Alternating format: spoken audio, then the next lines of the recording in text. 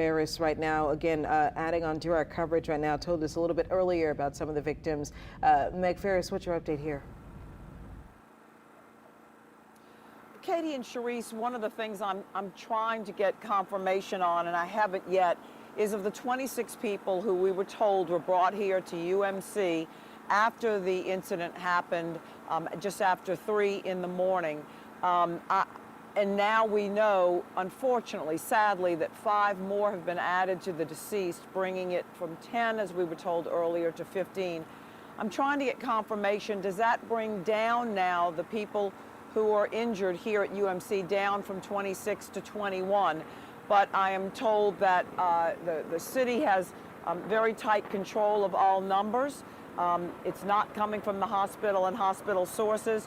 And I'm efforting from the city to find out if the 5 people who were added to the deceased list were here at UMC. It's noisy because a helicopter is landing right behind us. But there were also 4 to Toro, 4 to Oxnard Baptist, and 1 to Tulane. But presumably, it is the most critical who are brought here to UMC because of their level 1 trauma center, which other hospitals don't have. They have level 2 or they have emergency departments, but not the staff that can immediately go in and stop people from bleeding, save their lives immediately, with the incredible amount of staff that is within 10 minutes away, the extra blood that they have here, and that type of thing. So we're waiting to hear about that. Now, if there are people who are looking for their loved ones, there's a family reunification conference room here at UMC. I'm told it's around mid-hospital on the 1st floor around Tower 2. So that is one thing. The other thing that you mentioned is, and I'm just hearing from so many just wonderful people out there who saw our live shot around 10:30 this morning and had a showing at the blood center, the empty refrigerators with the lack of blood in our blood supply. And so take a look at this video. We were down to just a few pints here and there, and some of the areas, some of the types of blood, O negative, the big one that can give to anyone in the world, that was completely empty.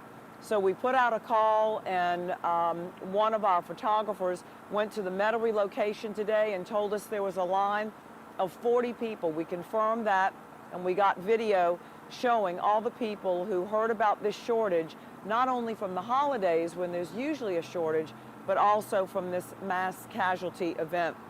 And people turned out to give video. Now, we do have on our website, WWLTV.com, a list of all the places that are going to be open through tonight and tomorrow and Friday, where you can go donate. Anyone 17 and older, anyone 16 with parental permission.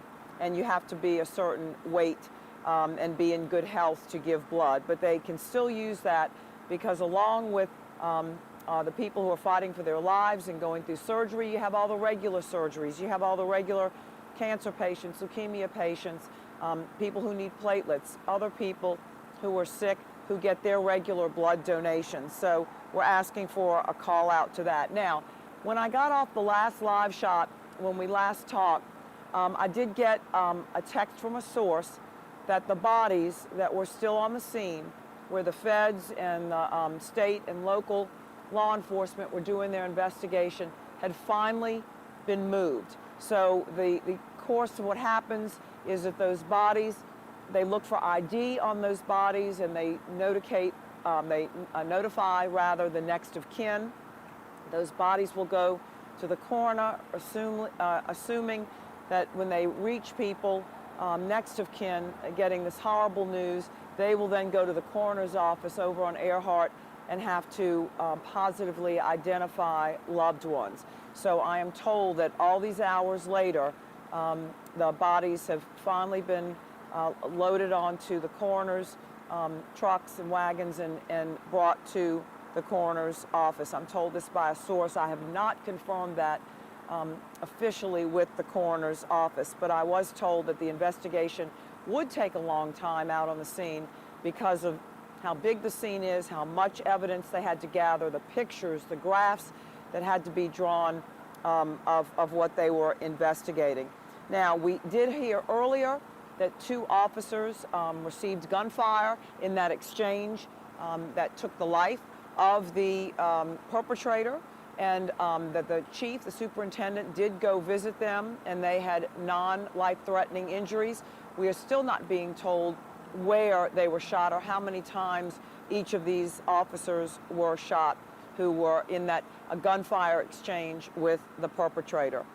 So still having a hard time getting new and updated information. It's mostly coming from sources, not officials, as the city is very tight-lipped on some of this new information. But I am told by UMC officials that tomorrow, one of the doctors who leads, one of the medical directors here at UMC, will be giving us updated information. I will tell you that it was all hands on deck. What they do is these most critical victims come into a level 1 trauma center, is they activate different rooms with a team of 9 or more people. And what these doctors do is that they decide who needs to go to surgery, who doesn't need to go to surgery immediately.